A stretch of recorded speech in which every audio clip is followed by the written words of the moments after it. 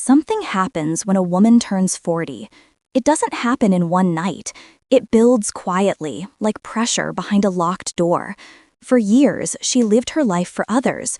She was the one who remembered everyone's birthdays, cooked everyone's meals, and smiled when she was breaking inside.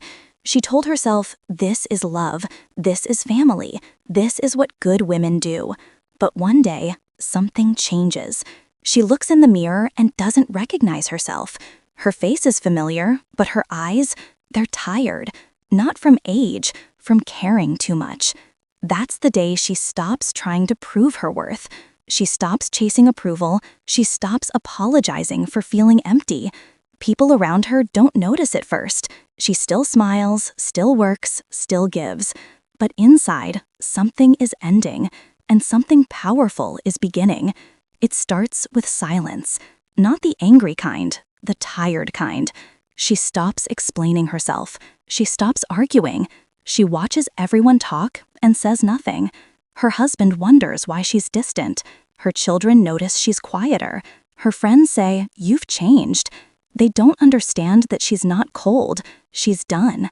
Done carrying everyone's emotions, done fixing what no one else cares to fix. For years, she kept peace by breaking herself. Now, she's learning that peace built on her pain isn't peace at all. She stops calling first. She stops pretending she's fine. And for the first time, she lets things fall apart. It scares people.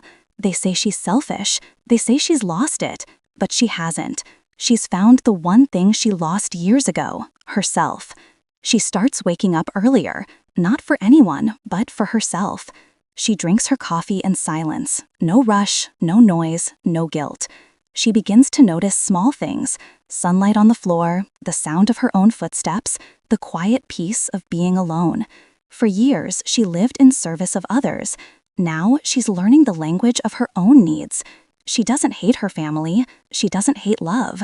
She's just done loving in ways that leave her empty.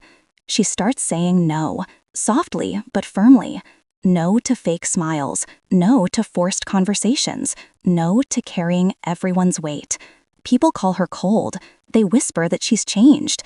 They're right. She has. She's no longer trying to be understood. She's finally being real. Now she walks differently, slower, lighter, like someone who has stopped running from herself. She no longer needs permission to rest. She no longer feels guilty for wanting peace. Her smile returns, but this time it's for her, not for the world. The same people who once drained her now call her changed. They say, "You're not the same woman we knew." And she answers quietly, "You never knew me." She buys what she likes. She wears what feels right. She cuts her hair, moves her furniture, changes her world one small choice at a time. Every no she says builds a wall around her peace. Every yes she gives is finally honest. This isn't a midlife crisis. It's a midlife awakening. The woman who cared too much has learned balance, and it looks like freedom. She doesn't make speeches. She doesn't announce her change. She just starts living differently. Where she once apologized for existing, she now takes space, calmly, without guilt. Her phone rings, she looks at it, and lets it ring. She's done being available for everyone except herself. At work, she no longer nods along to things that drain her. At home, she no longer plays the role others wrote for her. People get uncomfortable. They liked her better when she was easy to control. But she's not angry, she's aware. And awareness is power.